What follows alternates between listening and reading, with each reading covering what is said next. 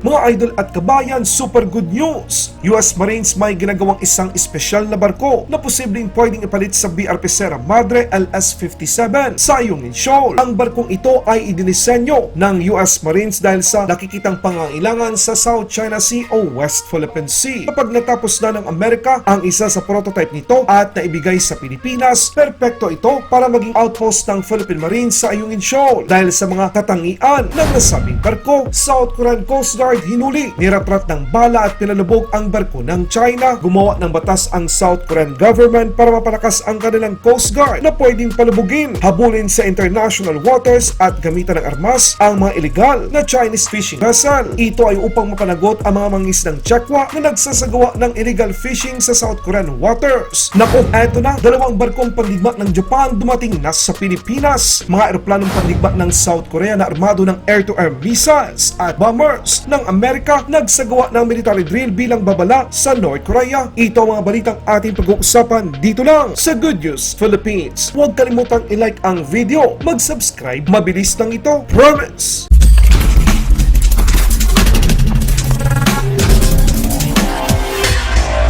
Amerika, merong solusyon sa kinakalawang na outpost ng mga sundalo ng Pilipinas, ang BRP Siera Madre LS-57 na nakasadsad sa ayungin shoal sa West Philippine Sea. Siguradong iyak na naman dito ang mga Chekwa dahil ang US Marines mismo ang gumawa ngayon ng stern landing vessel. Ayon sa artikulong inilabas ng Forbes, ang US Marines ay inatasan upang gumawa ng isang prototype para sa isang future Marine Corps landing ship na ideal na solusyon para sa mga pinagtatalunang mga isla ng South China Sea o West Philippine Sea. Ang Estados Unidos ay nakagawa ng isang matibay, mobile, ibig sabihin pwedeng ilipat, gumalaw o maglayag na pwede sa mababaw na karagatan bilang isang base militar kung saan perpekto para sa Philippine Navy. Kaya nitong mag-accommodate ng 38 Marines at 12 hanggang 15 crew. Meron itong tulugan at eating quarters. Meron din itong bilis na 50 knots. Meron din itong 4 na mini jack up rig na pwedeng i-extend upang maabot ito ang seabed upang magkaroon ng kakayahan ang barko na manatili kahit masama panahon. Pwede itong magkarga ng mga tauhan at kagamitan. Pwedeng makapaglayag ng malayo o pwedeng manatili sa katubigan ng hindi nangailangan nang bumalik sa kalupaan. Ang pagpapakita ng Estados Unidos ng konseptong stern landing vessel ay pagkatapos inanunsyo ng Pilipinas na ang Chinese Coast Guard vessel ay hinarangan ang resupply mission sa BRP Siera Madre LS-57 sa ayungin shoal. Kapag natapos na ng tuluyan ng US Marines ang mga pagsusuri sa experimental vessel na ito, isa ito sa ideal na pwedeng maibigay para sa Pilipinas bilang kapalit ng BRP Siera Madre LS-57 bilang outpost ng Philippine Marines sa ayungin shoal. Sa ibang balita naman, nagtataka ba kayo kung bakit nagagawang gumamit ng pwersa ng South Korea sa mga barkong iligal na nangingisda sa kanilang karagatan? At paano napapanagot ng South Korea ang mabibilis na fishing vessel ng China kahit ito ay nasa international waters na? South Korea sadyang ginawa ang kanilang batas upang gumamit ng armas para panagutin ang mga Chinese illegal fishing vessel. Hindi lamang yan, kung dati ang South Korean Coast Guard ay habulin lamang ang mga barko ng China hanggang sa Korean waters, pero dahil sa bagong batas ng South Korea, hahabulin nila ang mga barko ng China hanggang sa international waters. Ito ay upang siguraduhin hindi na muling makabalik pa ang illegal Chinese fishing vessel sa kanilang karagatan. Kaya mas lalo pang pinatindi ng South Korea ang kanilang pwersa dahil ayon sa kanilang batas, pwedeng gumamit ang kanilang Coast Guard ng armas kapag lumaban ang mga mangisda ng China. Obligadong gumamit ang armas ang barko ng South Korean Coast Guard tulad ng 20mm Vulcan, 40mm cannon, M60 machine gun upang sugpuin ang bantang dala ng Chinese illegal fishing vessel. Grabe, kung dati Indonesia ang masasabi nating kinakatakutan dahil sa pinapasabog nito ang mga illegal na barko, pero sa bagong pamamaraan ng South Korea upang sugpuin ang lumalalang illegal fishing, sila na ngayon ang may pinakamalakas na Coast Guard sa Asia. Otorisado din ng South Korean Coast Guard na palubugin ang mga illegal Chinese fishing vessel bilang emergency countermeasures. Ilang beses na rin kasing sinubukang banggain ng mga barko ng China ang mga rubber boat ng South Korean Coast Guard sa tuwing ito ay sasampa para sa boarding inspection. Ibang-iba talaga ang batas ng South Korea dahil binibigyan nila ng opsyon ang kanilang Coast Guard para maipatupad ang batas o gumamit ng kamay na bakal kung kinakailangan ng hindi sila nakukulong. Taon-taon mas lalo pang pinapabuti ng South Korea ang kanilang batas upang tugunan ang mga hamon ng Chinese illegal fishing vessel. Sa katunayan nitong ika-24 ng Pebrero taong kasalukuyan, inihayag ng South South Korean Coast Guard na papalawakin pa nito ang paggamit ng drone sa pagbabantay ng mga aktibidad kung saan target nito ang mga barko ng China na nagsasagawa ng illegal na pangingisda. Mag-i-invest ang South Korean Coast Guard ng $21 million o 1.1 billion peso hanggang 2028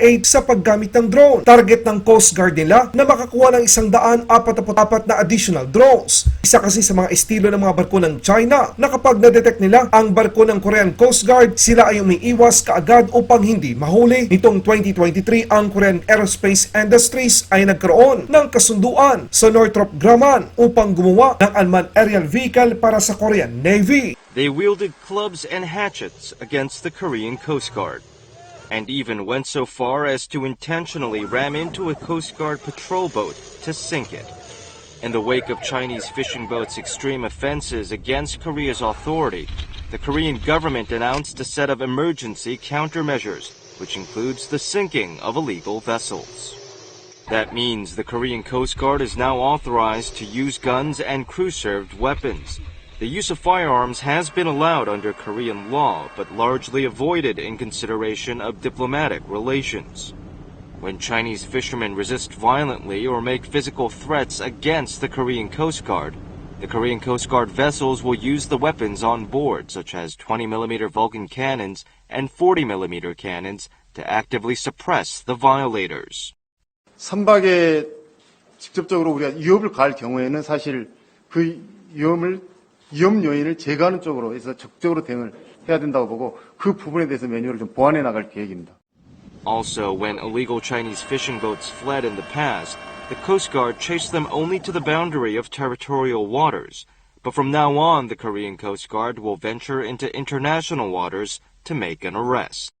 The Korean government announced that it would write exemption clauses into law so that the Korean Coast Guard can have more on-site discretionary power and deal with illegal fishing in a more assertive way. Sa ibang balita naman, dalawa sa barkong pandigma ng Japan Maritime Self-Defense Force ang dumaong sa Davao City para sa 2 araw na port visit. Magayway ng Japan Maritime Self-Defense Force ang kanilang bandila matapos dumaong sa Davao Port nang sila ay sinalubong ng Naval Forces Eastern Mindanao. Sakay ng mga barkong pandigma ng Japan, ang GS Makazi at GS Azagiri, ang higit sa 4 mga opisyal, enlisted crew members at trainees. Para lang sa inyong kaalaman, ang GS Makazi ay isang guided missile destroyer, habang ang GS Azagiri ay isang reclassified bilang escort ship. Galing sa Indonesia ang mga barko ng Japan Maritime Self-Defense Force at mananatili sa Davao City ng 2 araw bago bumalik sa Japan. Sa ibang balita naman, ipinakita naman ng South Korea at Amerika ang kanilang bagsik sa himpapawid ng Korea. Sabay-sabay na lumipad ang mga eroplanong pandigma ng magkaalyadong bansa. Kita sa video ang US Air Force B-1B Lancer, F-15K at F-16K na armado ng mga air-to-air missile ng South Korean Air Force. Tuloy-tuloy ang ginagawang pagsasanay ng dalawang bansa upang ipakita sa North Korea na handa ang South Korea at Amerika sa anumang mga posibleng bantang kakaharapin nito. Maraming salamat ang tagahatid ng balita. Good News Philippines. Mabuhay ang mga Pilipino. Mabuhay ang Pilipinas.